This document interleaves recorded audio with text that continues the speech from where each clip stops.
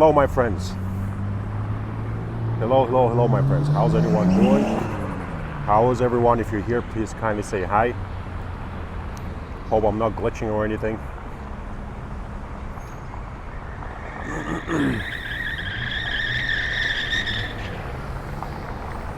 Welcome. How's everyone doing, my friends? I'm doing my old classic, crypto talks while I walk. Remember back in 2017 we used to do them? How's everybody doing? If you're here, please kindly say hi. I'm in Dubai, right next to the address in the Dubai Mall right now. I'm gonna go grab some Starbucks.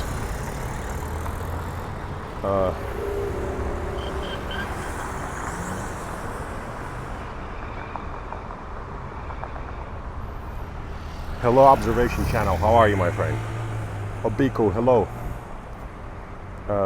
Project Silly. Good morning, Rob. Good morning, my friend. How are you? How's everybody, my friends? How's everything going? Srijit, hello, my friend. VIP Solanki, hello. Hello, my friends. Thank you for joining and for finding time to join. Been a while since we've done a live.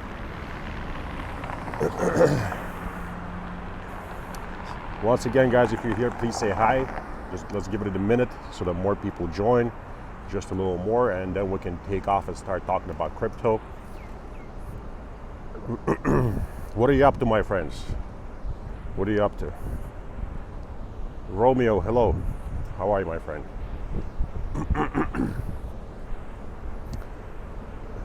Astrid, hello.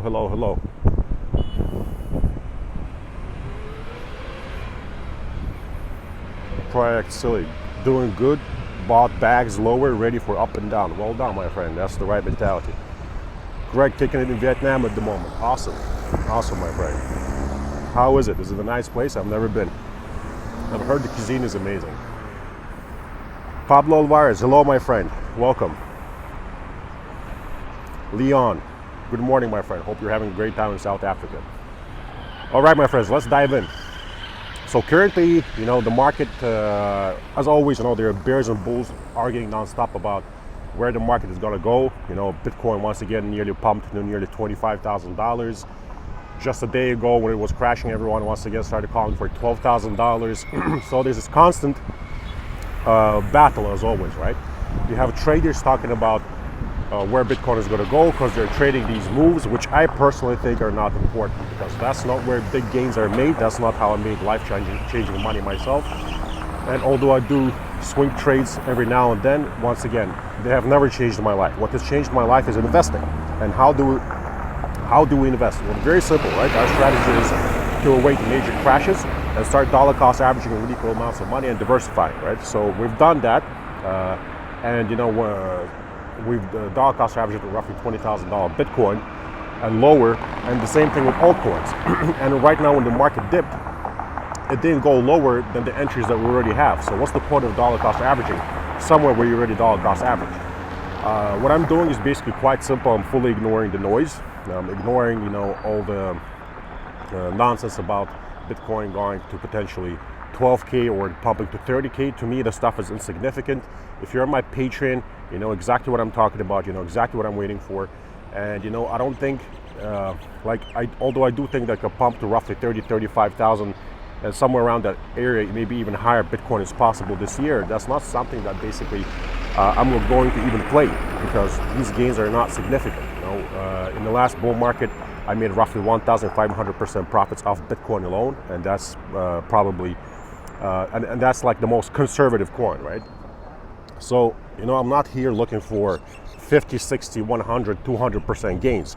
Recently, we had one of the coins in our portfolio, Floki, be up like 600 something percent. Did I take profits? No. Did it crash? Yes. But you see, I'm not buying Floki for 600% profits. Maybe I'm buying Bitcoin for around those profits, but definitely not Floki. What I'm buying Floki for is for thousands and thousands and thousands of percent. So definitely just holding, and I'll be adding if we get new lows. If we do not get these new lows, we already have our bags packed, and there's absolutely no reason to FOMO and start buying higher.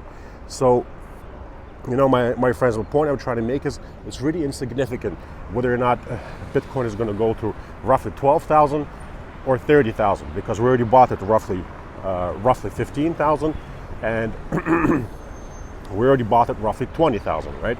So in order for us to really bring down our average and make a lot of money in the future, in the coming years, we really need to get some great entries. What do I mean by great entries? I mean by Bitcoin dropping below 10,000, maybe around $10,000. That's already something that you can start dollar cost averaging into. And so that's pretty much it, And right now, nobody knows if the bottom is in or not. Nobody knows that, right? And we don't chase bottoms, we don't chase tops. All we really need to do is be patient, understand that market cycles take time, understand that market cycles might also be lengthening, and if they are indeed lengthening, that means that we're going to get one more crash. If they're not lengthening and we stick to 4-year cycles, then the cycles keep repeating. Every 4 years, everything crashes hard, we buy, it pumps hard, we sell before it crashes hard once again. But if it does, however, because historically, time-wise, like in the time frame, the bottom should already be in. If the bottom is not in, and we do crash lower, it will be the first indicator that market cycles are lengthening, and therefore I have this theory that crypto is doing what happened during the tech bubble, basically. So this is a tech bubble moment for crypto, and if that's the case, that is amazing, and I know a lot of people would be upset to hear about that, but it's amazing, right? That means we would get more opportunities to buy lower. I would not be surprised if it is, if that scenario plays out and we do get the tech bubble kind of moment. I would not be surprised if altogether crypto dumps to something like general market cap of 400 to 500 to 600 million dollars, somewhere around that area. Because if it does what basically stocks did back then, fall roughly 83%, if you apply that to the current to the general market cap, that's where the general market cap of crypto would go, roughly $500 million, which means basically another 50% drop from here. And I'm not calling for that. I really don't care about narratives and all that. My strategy is very simple. It's just that I'm ready for it. If it does happen, I have money on the side. If you have the Millionaire spreadsheet, you know exactly what I'm talking about. I have money on the side, and if we go there, I'm going to buy the same amount of money that I bought earlier on with the same coins. I'm going to keep dollar cost averaging, and if I also find some more altcoins that I think that can deliver roughly to 50, 100x profits, I'm going to be adding them in my $99 tier, also on Patreon. There are currently 23 of them already. I will not be surprised if by the time we transition into the bullish phase, there are over 50. I'm throwing what I consider to be small amounts of money at these coins, let's say if you have 50 of these altcoins, and let's say 30 of them go to zero, even 35, and the other 15 give you 50 to 100x profits. Well, you've made insane gains, and the fact that the other 35 went to zero, it makes no difference whatsoever. You make fantastic returns, and you walk out with thousands of percent in profit anyway. That's my riskier play with a much smaller percentage of my portfolio, actually a tiny percentage of my portfolio, but my main play is the Millionaire spreadsheet, right? And the Millionaire spreadsheet is very simple. It's a strategy I've been using already for 2 market cycles, and now it's in the 3rd. And one of the main things about it, though, is to understand that we really have to be free of narratives, right? We don't care about time frames. Yes, we do measure time frames to roughly understand what's happening, to see if things are changing. But my main thing is percentages. All we have to do is be patient, buy after huge crashes, dollar cost averaging with equal amounts of money on the way down, and then start selling and setting stop losses once we start mooning and pumping hard. Understand that we are lucky to be here right now, and if the market crashes further, and it is kind of like a tech bubble moment for crypto, then we are super lucky. We're even luckier than we are being here right now, because if you look at what happened to tech after the tech bubble, right? Companies hit trillions of dollars in market cap, like Amazon, Apple, Microsoft. And at that time, I believe the whole tech bubble was roughly 3 trillion. And now we even right now, after huge crashes in the stock market, there are still market caps for companies like Amazon that are over $1 trillion, which is insane. And the reason I think, what I'm trying to say is, I think if that's the case, and I actually really hope that's the case, we're going to be very lucky, because as always, everybody will start saying everything is going to zero, we're going to die. But that's never the case. That's always the perfect time to buy. If we get the moment a buying opportunity like that, I'm going in heavy, and I'll have invested a lot, because I believe that after that, 10 years down the road, the amount of money you're going to make is going to be insane. It's just like if you had bought Tesla 10 years ago, or if you had bought Apple 20 years ago. I believe we're very lucky to be buying now after these huge crashes.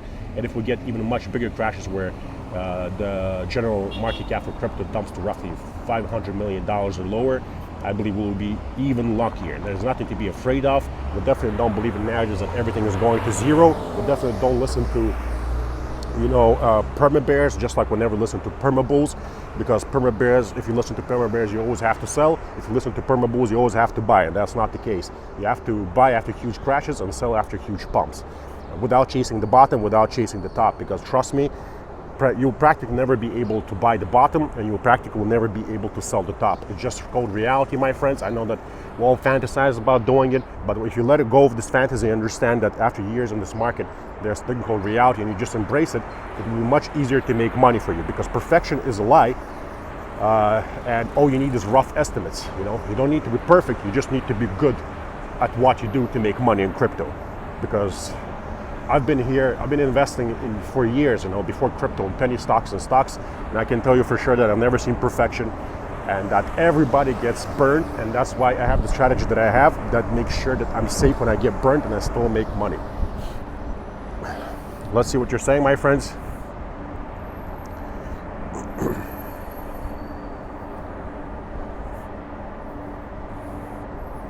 Canator, hello, my friend.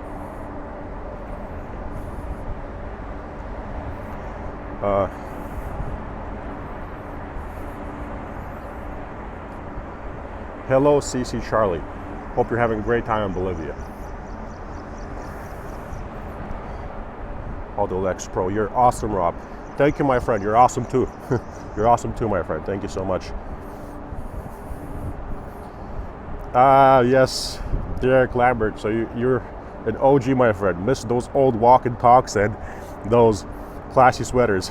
Thank you, my friend. Now it's walk and talks and t-shirts, my friend. Because it's hot in Dubai. It's very hot, and in the summer it's going to get crazy. So in the summer I probably go for like a tour around Europe. My wife and I are thinking of going to Switzerland to visit all the people that are close to me, then to Germany to once again visit the people that are close to us, and then after that France and Italy, just because they're beautiful places to go to, like the south of France and Monaco, Saint-Tropez. Italy, I really want to go to Rome and Venice, and the cuisine is amazing. Wonderful places.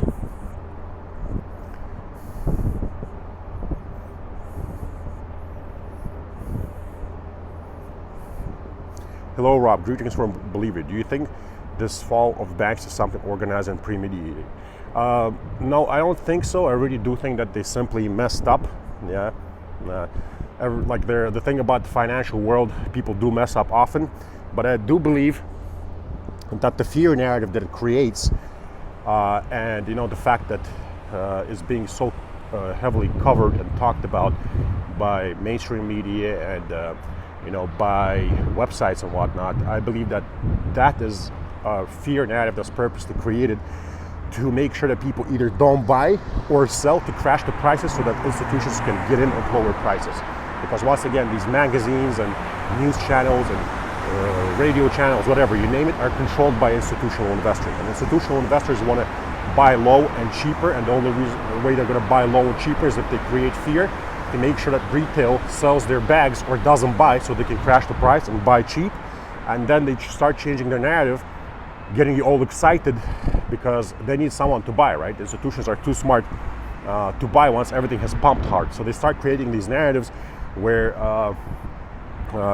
just like the last time, Tom Brady is into crypto, Justin Bieber, Snoop Dogg, all these celebrities, household names, you name it, basically. Everything is going to the moon, everything is pumping hard. Every single photo on Instagram of some young crypto millionaire with Lambo. All the articles are, of Bitcoin going to $200,000, $300,000 or $1 million. And they create these narratives so that basically so that retail investors who are emotional and who don't really have financial education start buying these bags while they're unloading them. And they created this beautiful narrative. I believe this narrative was created by institutions of buy the dip. And I keep saying that you should never buy the dip ever, because eventually one dip becomes a huge and major crash and you're no longer buying the dip. You caught knives basically and your portfolio is screwed. So you don't buy dips, you buy major crashes. But crypto, there's this very popular saying, buy the dip, buy the dip, buy the dip. And I personally believe, like I said, institutions created it so that, once the market has pumped hard and they're unloading their bags and taking profits, they have to make sure that they're buyers. So there's this beautiful narrative, once Bitcoin is pumped 2,000%, there are still people, there are people like me who take profits and get out because they understand that the gains have been insane and it's time to get out. But then there are also people who don't know what they're doing, and so they hear buy the dip, buy the dip, buy the dip, and they keep buying and buying the dip, which is actually the crash. So yeah.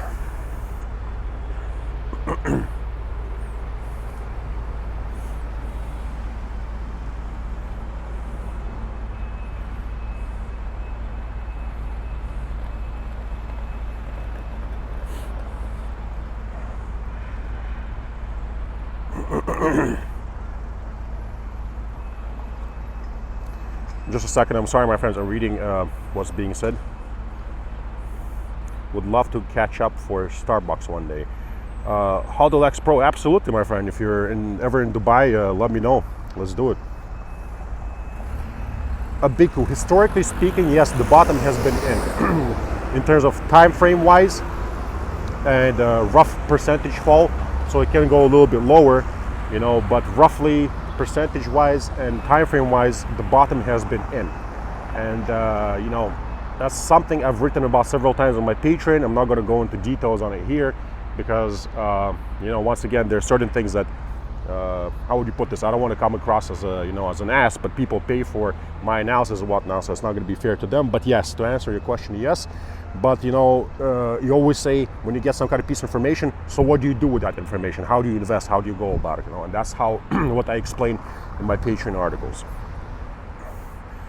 Crypto Richner, greetings from Switzerland. Hello, my friend. You're lucky to be in Switzerland. Switzerland is a wonderful place. I spent more than half of my life in Switzerland. I grew up there and I was raised there.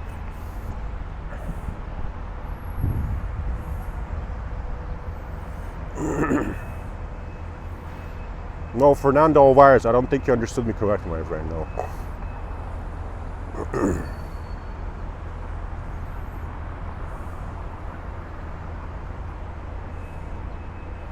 Astrid Rannenberg, are you also going to add 1 or 2 coins to the Millionaire Sheet in the future? Yes, I am. If we get strong crashes, there are 2 coins that I want to add, but that will only happen if those 2 coins crash hard. So if they do crash hard, I'm going to add them. If not, then no. HODL X Pro, your ammonia spreadsheet is fire. Thank you, my friend, I appreciate it.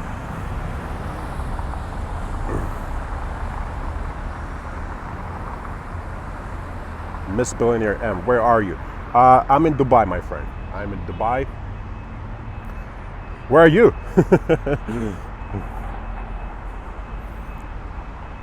Oh, okay, you're from South Africa, yeah? Awesome.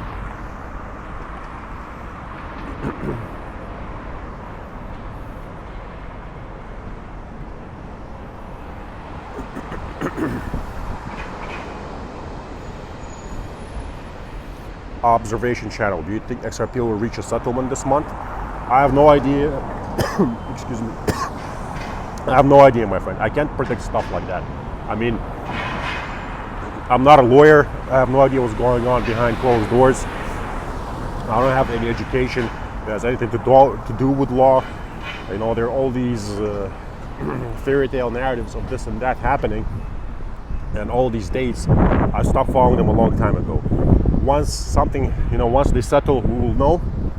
Let's just keep our fingers crossed and hope that the Ripple do win, and that that the whole debacle settles in our favor, because like I keep reiterating, it's very important, not just for XRP holders and for Ripple, that they win, that Ripple wins, but it's also very important for all of crypto, the entire crypto space. It's very, very important because if they lose, that's basically going to give SEC an excuse to come after other projects, and I think they're just going to go full, crazy mode.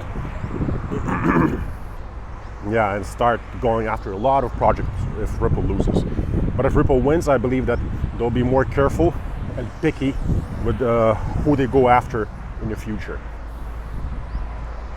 That's my 2 cents.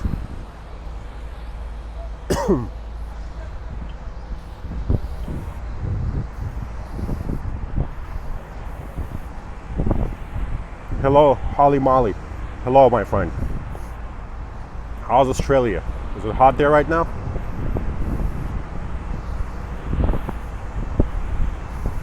Fernando Alvarez. So the bottom comes in historically roughly 450 days after the top for Bitcoin. So historically the bottom should be in, and percentage-wise it should be in because we crashed roughly 80%. But once again, we don't know if it is in, and we should not chase bottoms. We should be prepared for both scenarios. By now, we waited a long time. Just a second, it's very loud. Just a second.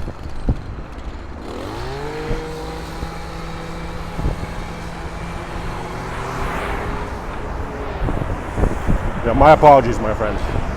So yeah, by now, like I said, we're waiting for these huge crashes. We've bought a lot of different coins. All that we have to do now is wait to see if we get better entries before we eventually sell for huge profits, because it's only a matter of time. Eventually, and irrelevant of whether or not the bottom is in, everything will pump hard. That's the only thing that matters. Everything will pump very hard, and we just have to stick around for it. And we have to survive the crashes. Generational wealth is not made easily, my friends. We have to work for it.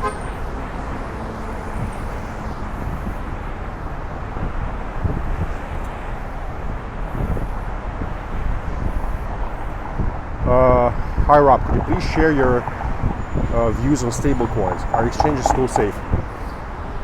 Well, no, I don't think. I've never thought that exchanges are safe, and it has nothing to do with the current situation. Stablecoins have never been safe, and exchanges have never been safe. But I'm not going to start, adding fuel to the fire and start creating all this fear. It's a permanent thing. It has never been safe. It will never be safe. It's as simple as that. And therefore, you have to make sure that the majority of your crypto is kept on a cold wallet. You have to make sure that you don't lose that cold wallet. Keep it safe. But then, you'll have to keep certain coins and money on exchanges anyway. So, for example, if you do have to use an exchange and you have an opportunity of using Kraken, use Kraken, because Kraken allows to use fiat, not stables. So whenever an exchange gives you an option to use fiat currency, use that instead of stables, basically. Because God knows what's going to happen, God knows what's going to happen, exactly. Nobody can predict all scenarios, and sooner or later, probably there's going to be some terrible thing that happens with stable coins, or with one of them or two of them, sooner or later, yeah, probably. So it's kind of like touching them and keeping a lot of your money in stables is definitely not something I would do, and it's something I've never done, and no one should ever do, basically. So yeah, we're Imam. If you have the opportunity of using Kraken exchange, use that because they have fiat currency. And also, once again, that's not that I'm promoting Kraken. No exchange out there is safe. Even my most favorite exchange, Binance, is not safe either, because it's an exchange. You know what I mean? An exchange by itself cannot be 100% safe, because it involves money and investing. And whenever it comes to money and investing, nothing is 100% safe. It's always risky, no matter what it is.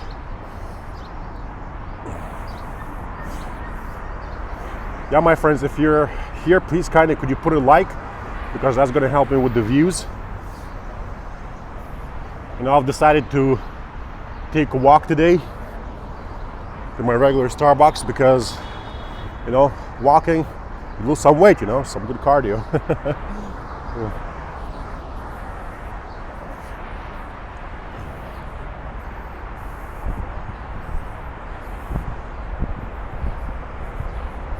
Do you believe BTC crashes and pumps will be predictable forever? Well, to answer that, I believe that the market is going to change. So I believe, like I said much earlier, that this is the last cycle where the little guy can predict these crashes with rough estimates. You don't need perfection and exact percentage crashes, but roughly rough estimates. And that this is the last market cycle that we can predict like that. So I believe that once the bottom comes in, or whether or not came in, it doesn't really matter, whatever. The point is, once basically the bullish phase of the cycle is over and it's time to sell, I believe that there are going to be crashes and whatnot, but I'm not sure exactly how it's going to go down, because I do believe that regulations are really going to change a lot. I believe that crypto is going to eventually become much more stable, boring, and I believe all these laws that are going to be introduced, that the crypto space is going to start looking a lot more like the stock market, and will be heavily regulated, and that a lot of projects will be targeted heavily.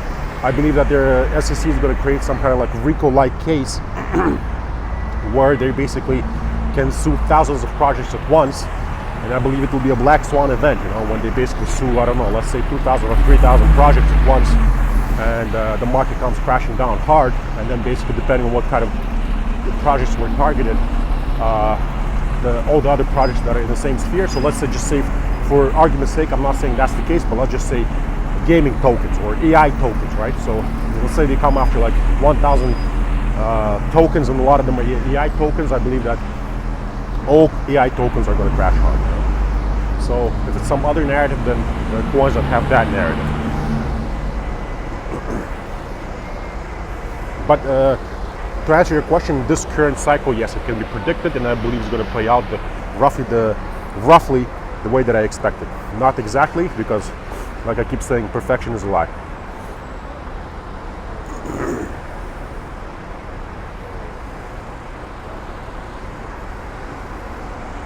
Would you use Uphold or Coinbase?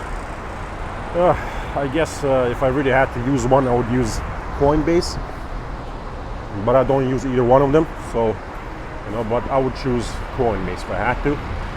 And also, you know, like I said, I don't really use either one, so my friend, you know. All right, my friends, here I am. I basically just got to the Dubai Mall. I'm gonna go have a cappuccino or a frappuccino. Let's see what I feel like more. As always, it's been great talking to you. Thank you so much for tuning in. Appreciate your precious time. I know how precious time is. It's the most, you know, precious commodity in the world. Without time, there's nothing. You know, without time, nothing matters. So great talking to you. Sending you all guys a hug, and I'll talk to you later. Bye bye. Have a wonderful, wonderful day.